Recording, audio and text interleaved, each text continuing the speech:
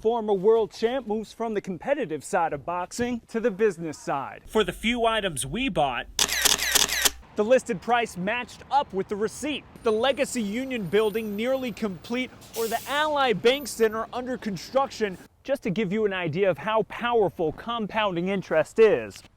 Imagine wagering on a round of golf, but betting just 10 cents on the first hole, though doubling it at every hole. So that's 20 cents at the second hole, 40 cents at the third hole.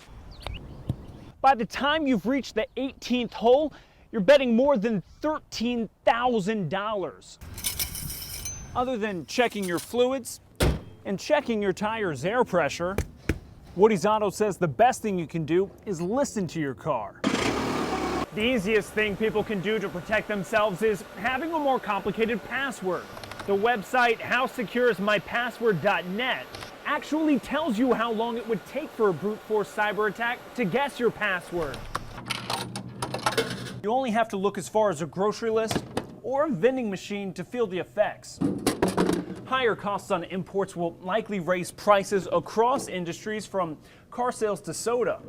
So if you're hoping to be wooed with a little bit more than a cute selfie and maybe some cheesy pickup line, then what about an app where only the well-educated and well-employed are allowed? After this whole process, once it's finally been filled, capped, and labeled, Watson's doing a final visual check with these little cameras to check on the fill height, see if the packaging's correct, make sure there's no foam in the bottle.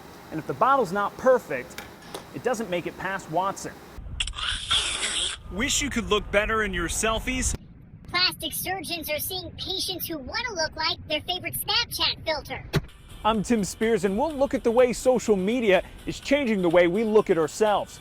See, it makes me look all pretty and beat. S. Andrews likes the golden butterfly crown. I don't have to have on any makeup or sit on my couch and put my filter on and pretend like I'm all pretty. As long as it's at the right angle. I like to make faces and bat my eyelashes and stuff and, you know, side to side. She just wishes she didn't need the filter. Sometimes when you're here and it goes out of the frame and you see what you really look like, you're like, oh, you know? Patients will come in and say, well, Snapchat filter did this. Is there any way we could get close to this? Dr. Theodore Naemi is a plastic surgeon at Charlotte Plastic Surgery, seeing more patients wanting to look the way they do on social media. And a lot of the Snapchat filters allow you to modify things like the width of your eyes, the size of your nose, the position of your lips, things that are actually achievable in real life. The medical community calls it Snapchat dysmorphia. When you morph your face on a computer program, and you start to believe that this image is a better representation of you than what you actually have,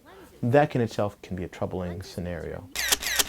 And besides warping people's personal body image, the actual physics of the camera, getting extreme angles or extreme close-ups, maximize or minimize certain facial features, making a good photo a bad blueprint to get surgery. And they'll only have a photo from the side. Well, that doesn't tell you what things look like from the front. While it's changing the way people look at themselves, Dr. Naemi wants it to change the way people look at social media. I always tell every patient, there's only one version of you. No matter what somebody else looks like, you should be striving for the best version of you. Tim Spears, Spectrum News.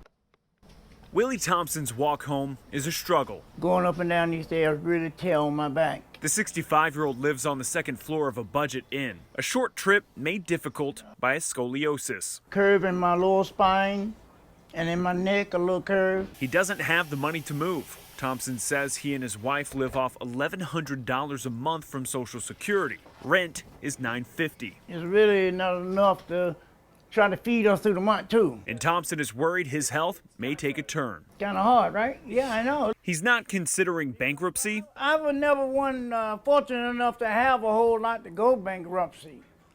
But according to a report from the Consumer Bankruptcy Project, the amount of people going into bankruptcy Thompson's age or older has tripled since 1991. I'm seeing a larger number of senior citizens at least inquiring about bankruptcy. Chris Layton is a bankruptcy attorney in Charlotte who says the amount of seniors actually filing for bankruptcy is probably much less than the amount of seniors needing help. What I'm seeing is a lot of outstanding medical bills. Life expectancy has ramped up dramatically. Financial advisor Jim Hefner said longer life expectancies are creating larger healthcare costs for older generations while increasing risk to their savings. Now longevity, we call it a risk multiplier, because now the chances of market crashes or low growth in CDs or money markets today come to bear in a much bigger way. All during a time when 1 in 3 Americans have no retirement savings, according to CNBC. You can't worry about a bill